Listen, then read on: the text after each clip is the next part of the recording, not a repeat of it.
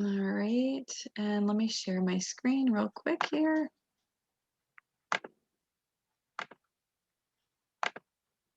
All right, there we go. And that's me. Yay, yeah, you're like, it's me. Look, Mom. All right, so for anybody that's not familiar, my name is Nikki. I'm the VP at Palm Beach Tech. And tonight we have for our Tech Talk, Todd Albert, who's the founder and lead instructor at Boca Code, which is a new coding school in Boca. And he's going to be presenting on the topic of benefits of a coding school. So very curious for this one, because I know some of the greatest benefits, but I'm definitely curious to hear this presentation. So a little bit about our organization, Palm Beach Tech Association. We are now serving all of South Florida, and our goal and mission is to build South Florida into a tech hub.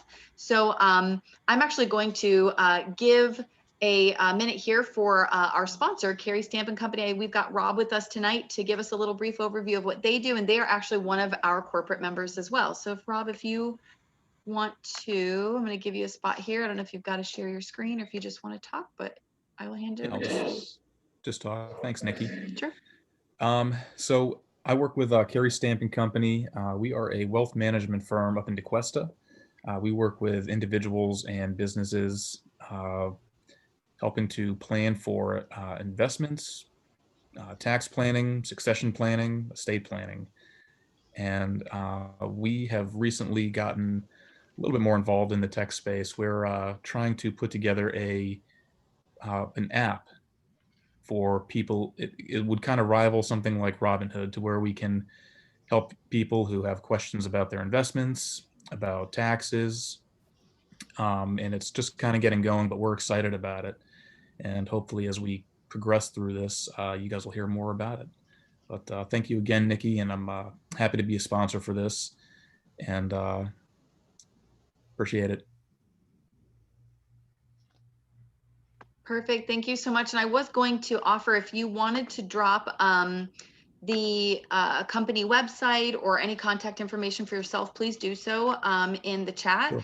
And then I'll make sure in our follow-up email to send that in the follow-up email as well. Sounds good. Perfect.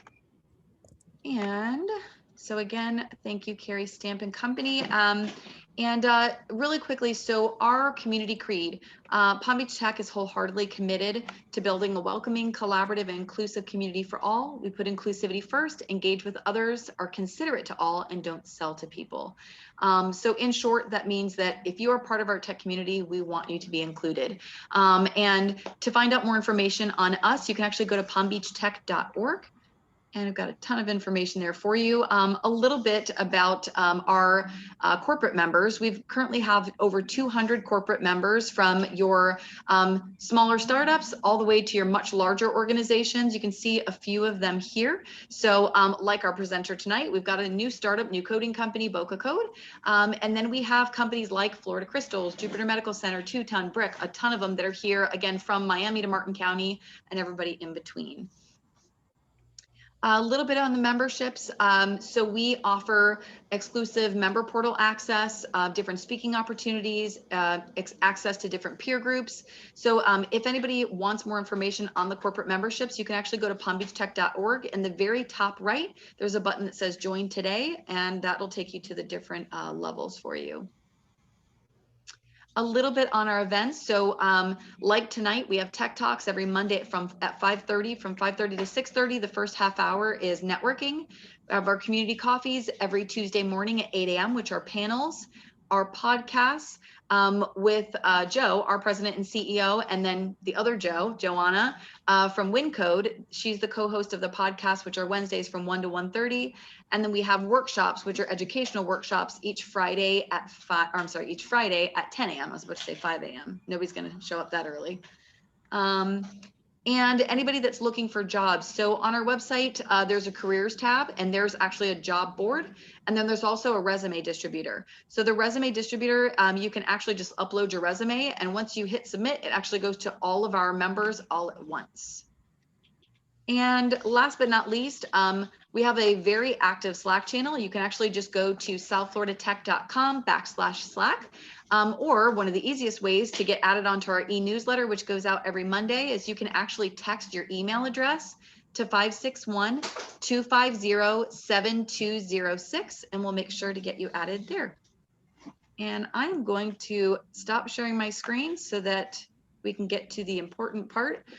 Todd, if you would like to introduce yourself, tell us a little bit about who you are and what you do, and then please feel free to take it away. Thanks. Yeah, I'm gonna just share my screen. I think you guys can all see that, right? Boom. You guys seeing the slide? Okay. So yeah, thanks, Nikki. I'm Todd Albert. I'm the founder and lead instructor at Boca Code. So obviously this talk here is a little bit self-serving, so I kind of apologize for that.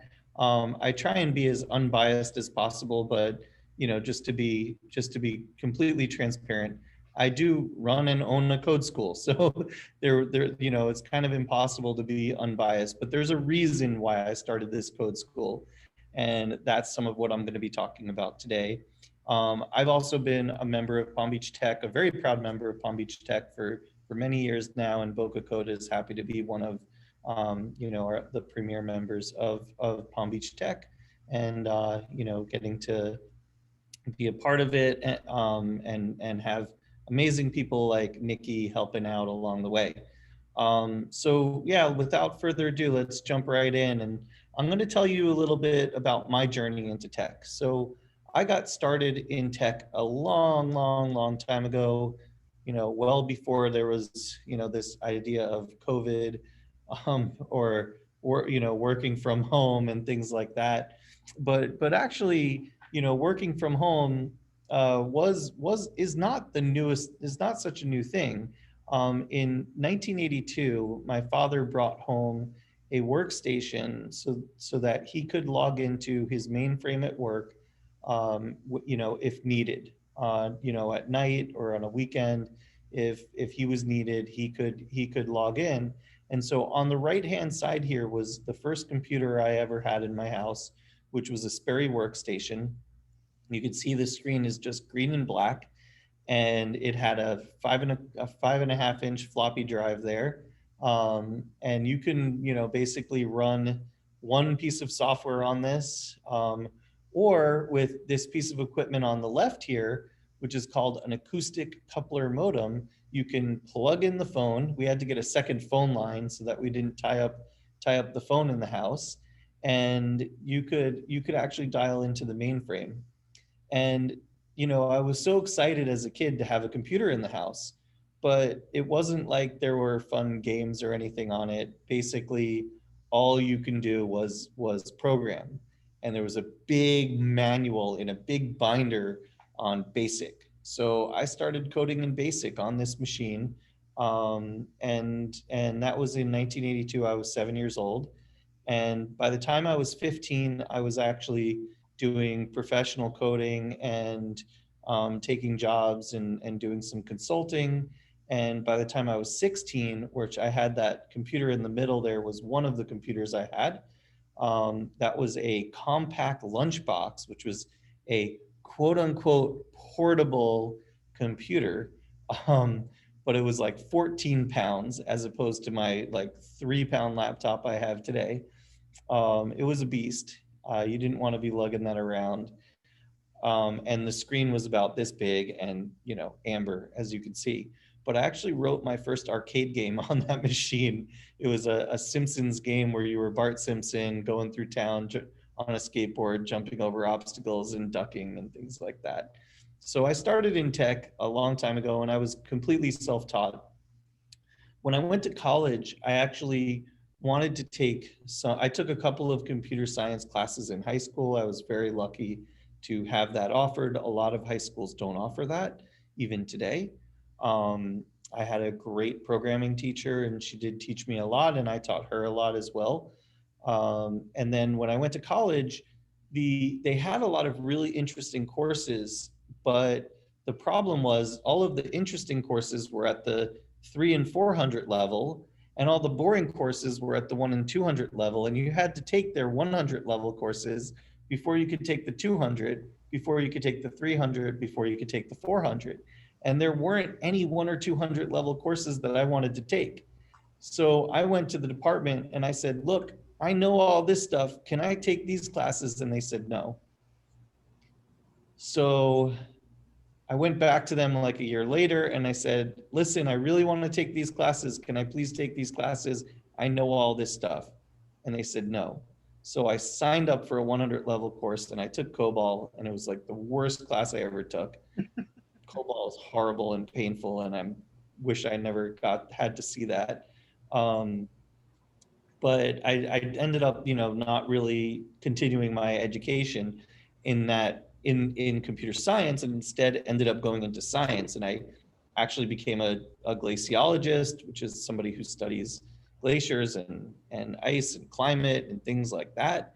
And I went on and got a PhD, and I got to work work with NASA and work with NOAA, and I got funded by the European Union, and I got to travel all around the world studying glaciers.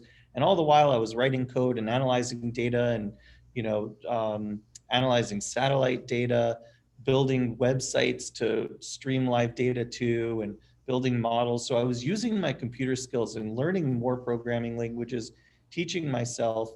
And yeah, you say that, I think Nikki said that so many municipalities still use COBOL. Actually, a lot of unemployment, some of the unemployment services still use COBOL, and a lot of banks do as well. And there's very few COBOL programmers left.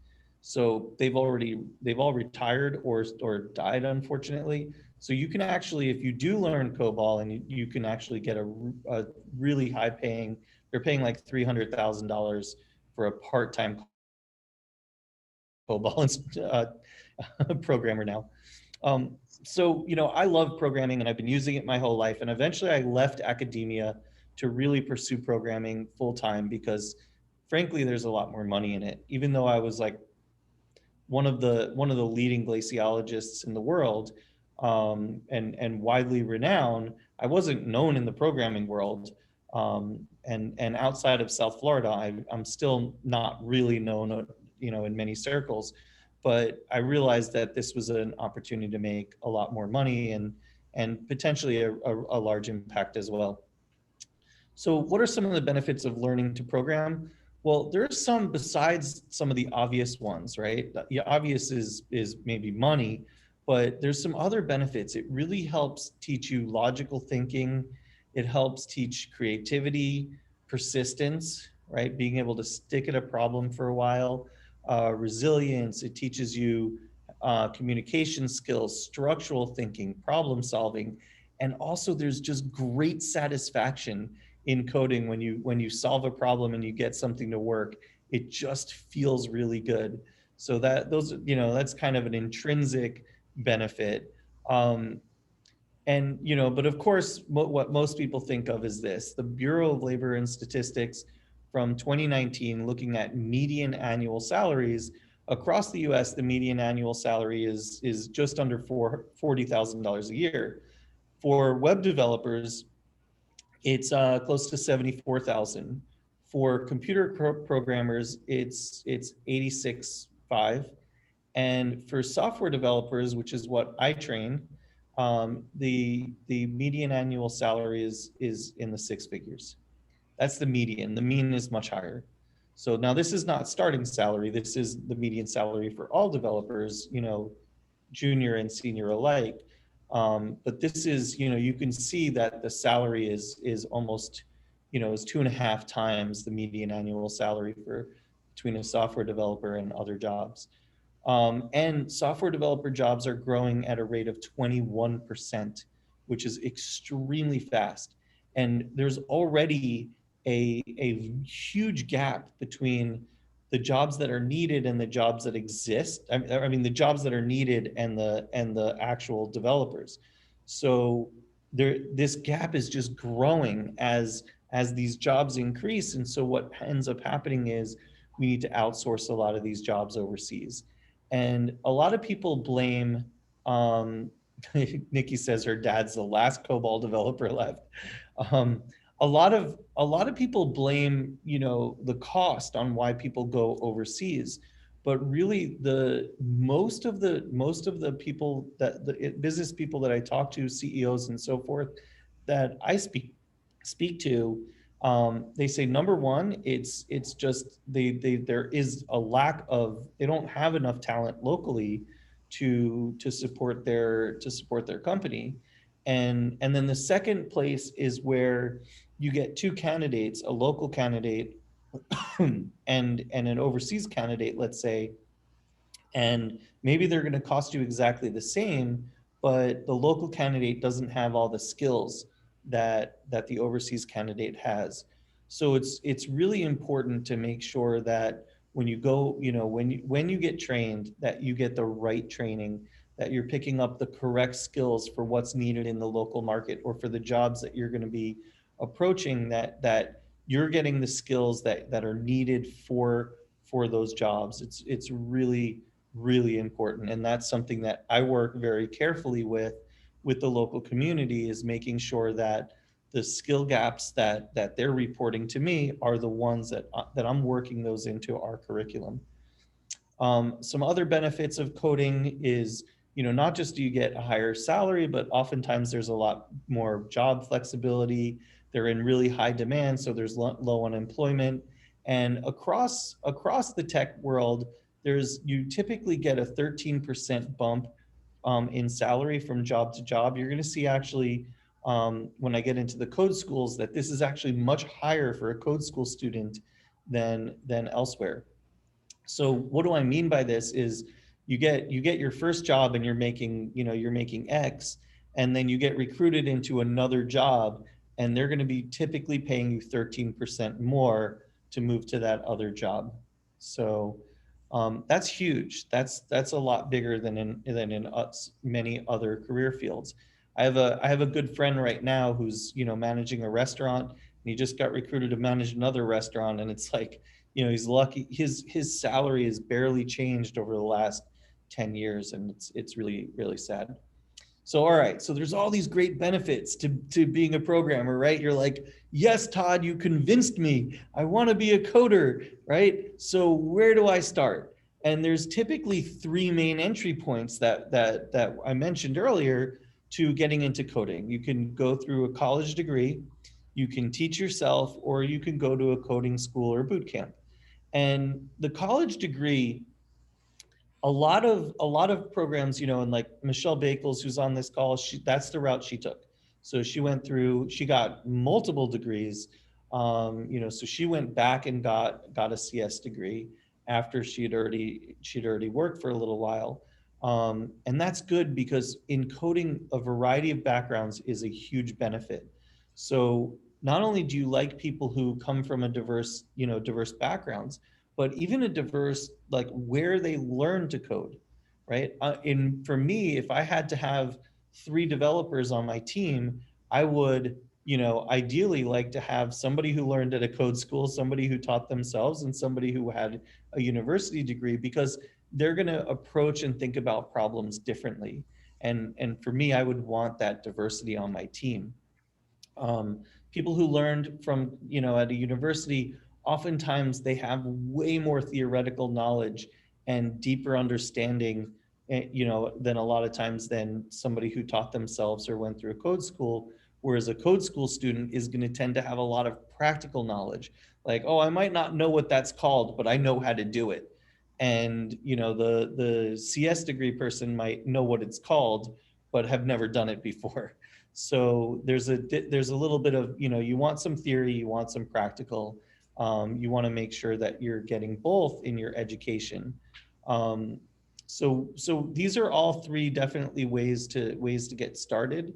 And I've actually, hired people from all 3 backgrounds. A college degree will typically take 4 to 6 years. Now, if you already have a college degree and you want to go back, you might not have to do all the gen ed. So maybe you can keep that down to like 2 or 3 years. But a lot of times, to get like the full deep learning, you might want to go not just to a bachelor's, but you might also want to pick up a master's degree. So maybe it could be up to 6 years. Teaching yourself is going to take a lot of time. To really get everything you need, unless you're incredibly disciplined, you're going to spend a couple of years teaching yourself.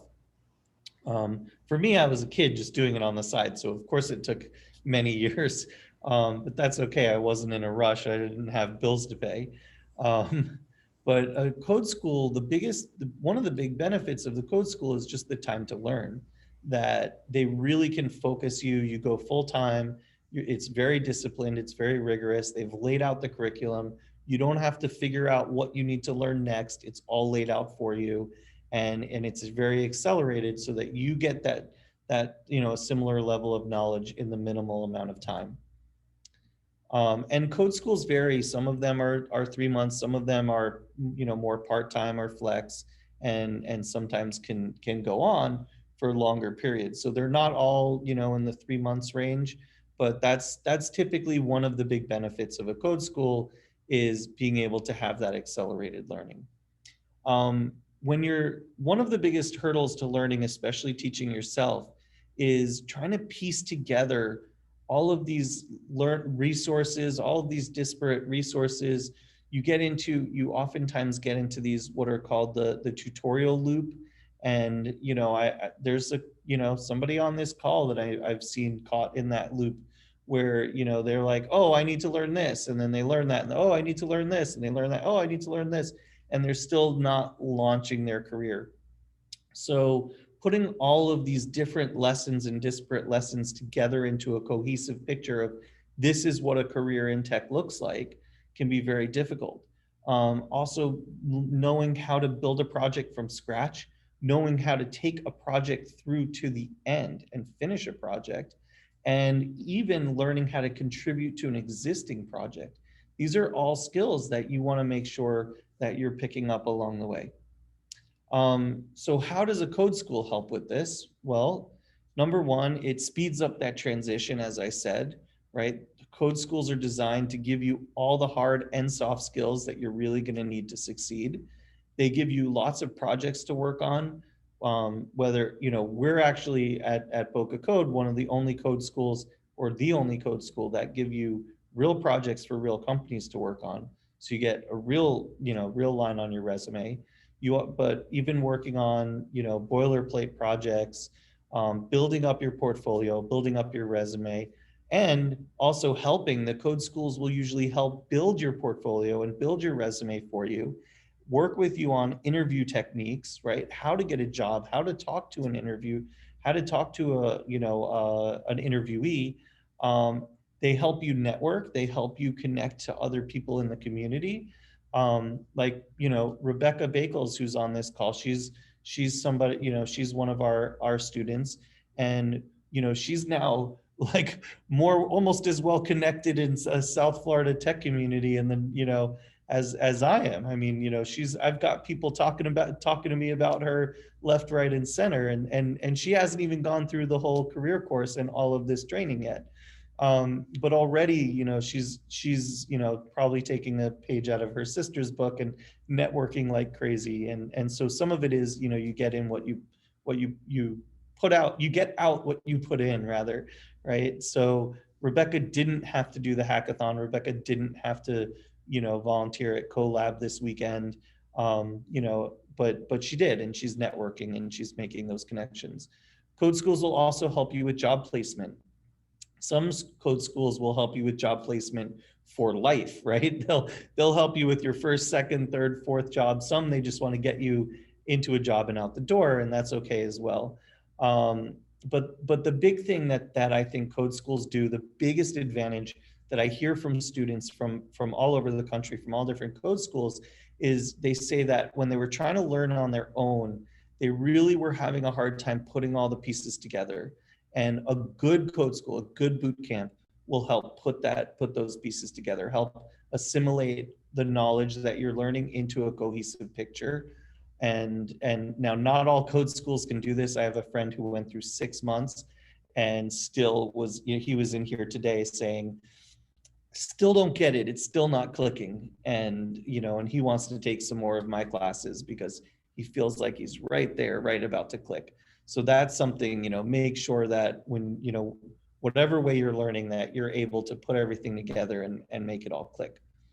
So, bottom line is you're getting these in-demand skills in less time. So they also, something also that Rebecca and I speak about all the time is the skills that you have from maybe a previous career, or the life skills that you have that might actually be an advantage that you can play to in your career in tech, and things that you can leverage when you apply for jobs. So these are some really important things for you to think about, but also, the right people in the right code school can really help highlight those, help you pull those out and highlight those, on your resume, your portfolio, and so forth. And, overall, you're wanting to, the code school should help you to refocus your career, to help you tailor your LinkedIn, to get your resume ready for tech, to help, you build out your GitHub and your portfolio. And it's just like an instant network. You get to know people in the tech community. You get, you have this cohort that you're involved in, a school that you're involved in, an alumni network. So you get this like instant networking. You get plugged into a community right away, because those are, who is going to be your best asset. And also projects, right? Projects, build, build, build. Whether you go through a code school, or you teach yourself, or you went through, a CS degree, just challenge yourself to do things that might seem impossible.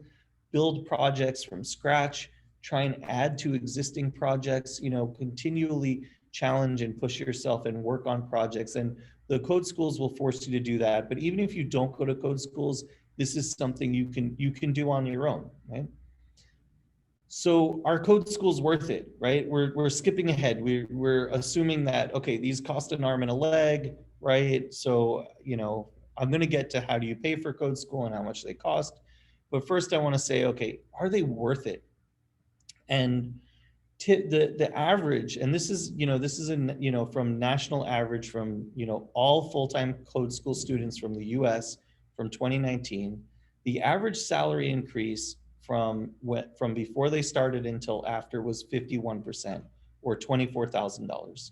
So the average starting salary, and in South Florida, understand it's going to be a little bit lower than this, because what you have in here are West Coast jobs and jobs in New York and Chicago and big cities.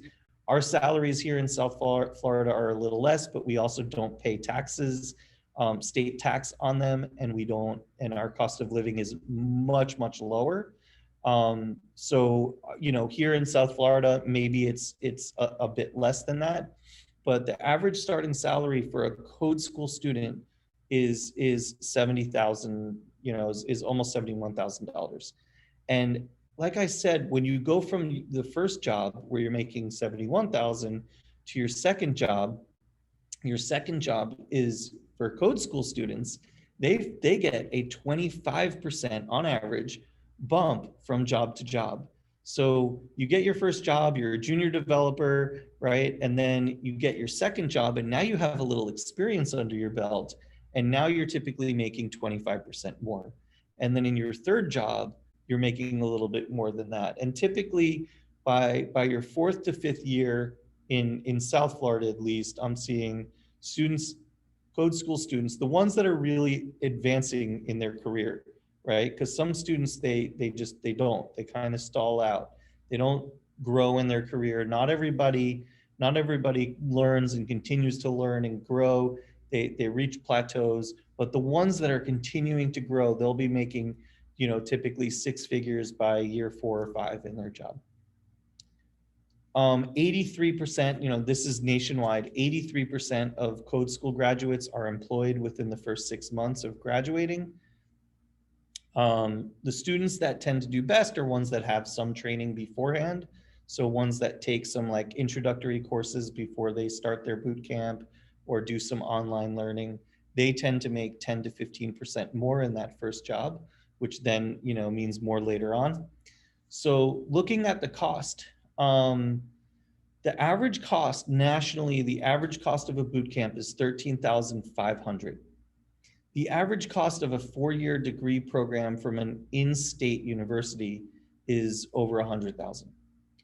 So when you compare those two, the code school seems to be a very, very good deal, right? And when you look at the fact that, okay, I could go and teach myself and not spend $13,000, right? So now you're spending a couple of years of your life where you could have been making $70,000. You're wasting that time where you could go through a coding boot camp for 3 months, lose, $13,000, but now you're starting to make that higher salary right away, and you've got, a year and a half, additional time of making that salary. So when you work out the economics, I think it's personally think it's the smartest move. And this is coming from somebody who went through 15 years of university training and was a college professor for another 15 years. So this is not, coming, I don't say this lightly, but I really think that if you know you want a career in tech, that a boot camp is the best way. And Michelle says that even in South Florida, that she says in her experience, it's pretty spot on with those stats. Yeah, and but Michelle, I would say that some of the students coming out of boot camps, like in New York, you might be making 70K. In South Florida, you might be making 60K. But in your second job, you're up to 80 either way. That's my experience. And then James asked, what happens if the graduate can't find a job after a few months? And extend to a couple of years still looking? Do you have to take the coding school again? That's James, I think that there's not a simple answer to that question, but one of the things that I'm going to tell my coding school students on day one is that, a career as a software developer is not for everyone, right? That not everyone is going to find success in it. And, if week after week you find yourself falling behind all of the other students, then, it's going to be harder for you to be placed in a job. And I have to be, as much as like I owe it to my students to like help them with career resources, in order for us to maintain the quality and name of the school, which everyone will want, is, if a company comes to me and says, hey, who are your 3 best graduates? And I send them somebody who's not good, somebody weak, then they're going to look poorly upon the school. So I'm going to let my students know on day one that, listen, if you're not putting in the work and you're slacking, you can't just show up and put your feet up, right? And sail through 10 weeks and expect me to like bust my ass to get you hired at the end of those 10 weeks. That's not going to happen. You got to put the work in. You got to put the effort in, and you've got to show me that, show me or show Michelle, who's one of my, who's on this call, who's one of our instructors here as well. You've got to show us that like you're somebody that should get hired when they come to us. Michelle's got contacts in the community too. They're going to come to her and say, hey, Michelle, who are your top students? Who should I be interviewing? And she's going to be like, oh, this one and this one and this one, right? And then they're going to come to me and ask me, and I'm going to be like, I'm probably going to point to the same 3. And, if you're not one of those 3, then, maybe you shouldn't go through the full program. Maybe you should look into something else, go into a different career, find a different niche. But we're going to try and work with you really hard to get you upskilled and get you hireable, because that's what you're paying us for, right? If one of our students graduates and they don't feel like they're quite yet ready to get out there, we do have an apprenticeship program where they can work for us and continue working on real projects, work on projects for clients for a few months. And then when they feel comfortable, we can help put them into a job. But they have to be qualified to do that. I'm not going to pay somebody who can't code. And then, Crap, I just lost my train of thought. I'm sorry. You asked about going through the code school again. For our short courses, I offer all my students, and Dennis has taken advantage of this, who's on the call. If you go through a class and you want a refresher, anytime that class is offered again, as long as there's space, you could take it again, no charge. You've already paid for it. That content is yours. So you can come back and take it again. For the code school, if there are lessons you want to sit through again, you want to hear some of that material again, absolutely. But really at that point, when you graduate, you should be at the point where you need to be really practicing and honing those skills. So hopefully I answered that question pretty well. So now is the question of how do you pay, right? How do you pay? Like, okay, so codes, maybe I've convinced you, A, programming is awesome and you want to be a programmer. B, coding school is the right way to do it, and again, it's not for everyone, but for a lot of people, I think that's the best route. It's certainly the quickest and most affordable. So, okay, so now, all right, I've decided I've got to shell out, 13,500. That's the national average. It's not what we charge, but we could charge less because we have clients that help offset some of those costs. But, you're, as a general rule, let's say, you're paying, say, 10 grand for code school. How do you pay for it? Most students finance. So most students will either make monthly payments to the school, or will borrow from their family. I've seen a lot of students do that, where they'll ask maybe their parents, because they know, they're like, look, I'm not making crazy money now, but when I graduate, I'm going to have this, high income potential. So if you loan me the money now, I'll easily be able to pay it back to you. But for those of us that don't have wealthy parents, or can't necessarily pay for, $10,000 over a few months, there are a lot of student loan programs, like one being Meritize, another one of the most, probably the most widely used is Climb. Meritize actually allows the students that you can take out a loan for, like, let's say 5 years, but you don't even have to start paying it until 3 months after you graduate. So by then, hopefully you have a job in tech. And, like I said, 83% of students have a job in the first 6 months. So very likely, especially here in South Florida, which is so hungry for talent, and I've got these companies already telling me, I want to hire your graduates. So you should have a job, plenty. You should definitely have a job by, 3 months out. So with Meritize, you won't even have to pay until you're already in that job. And then you can pay it out over several years. So it's very affordable.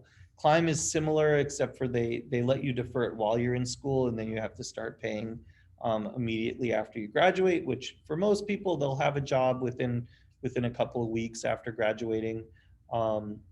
We do a career fair on the last day where we parade you in front of a bunch of companies, and they're all going to be, if you're one of the top students, they're all going to be chomping at the bit to get you, and probably have to, compete to get you, which is what you want, right? So, Climb is another option. Boca Code has already been approved by Meritize, so we just found out on Friday. We now offer financing we're now able to offer financing through Meritize. And I just got off the phone with Climb, like literally a few minutes before this. So we're starting that process with them as well. There's a few others, but those are two of the big ones.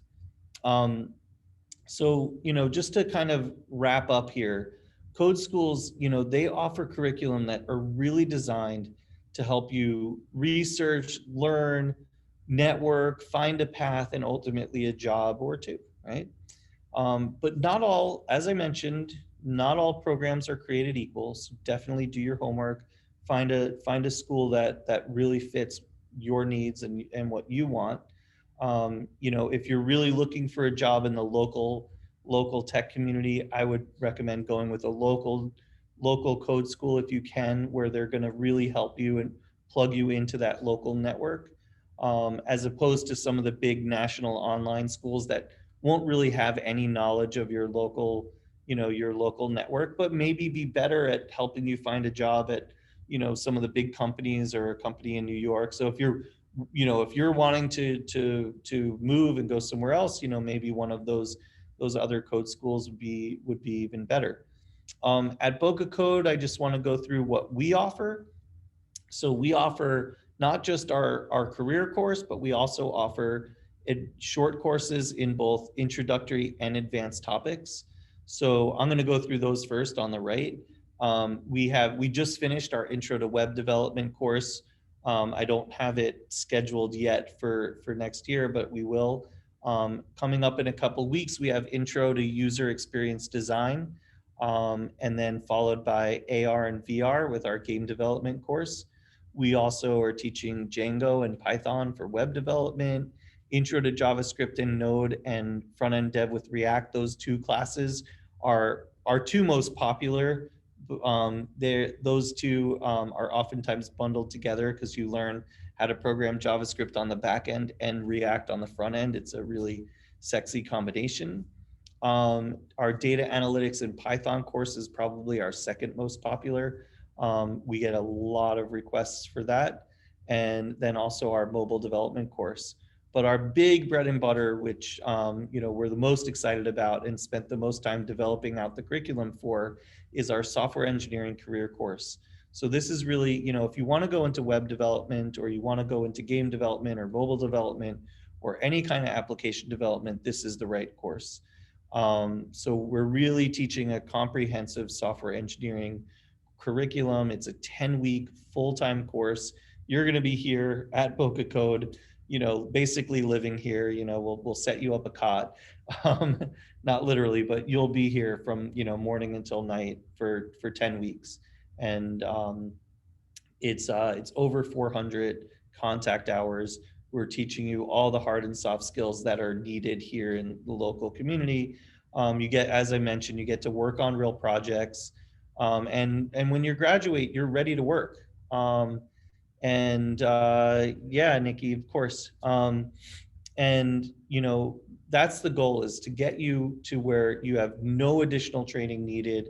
And we can plug you right in to one of the local careers, with one of the local companies. And we're going to help you with that. And not just help you with that first job. This is something also that we're doing different. Not only do we get you working on real projects, but we're also committed to helping you beyond your first job. We want you to go out, get your first job, and we want you to call us. Hey, Todd, oh my God, they're having me do this, and I've never, they're having me work with React, but I'm using TypeScript, and I haven't used TypeScript in React before. What do I do? Hold on, let me put you on with Michelle, because she's amazing at that, And that's what we want. We want you to use us. We want you to keep, as an alumni of Boca Code, we want you to be part of the community. And then once you start to be successful, now we might ask you to help other students, right? And maybe you'll have, when you need to hire somebody, you'll know, like, hey, they went through Boca Code, I want to hire them. And then when you go to get another job, we want you to come to us, because these companies that I work with, they don't just want junior developers. They want mid-level and senior developers and architects and all kinds of levels. So if I just help place you with the first job, I'm not fulfilling the needs of that company. So if you come back to me and say, hey, I'm not really loving this job anymore, what else do you have? I could be like, great, how about this one or this one or this one? Because at the mid and senior level, there's so many opportunities as well. So I want to help place you there. And that's just something that once you start, we want to help you out throughout your career, and we want you to be a part of the Boca Code community. We've got just like a ridiculously incredible team here. I've been teaching for 22 years and coding for 38 years.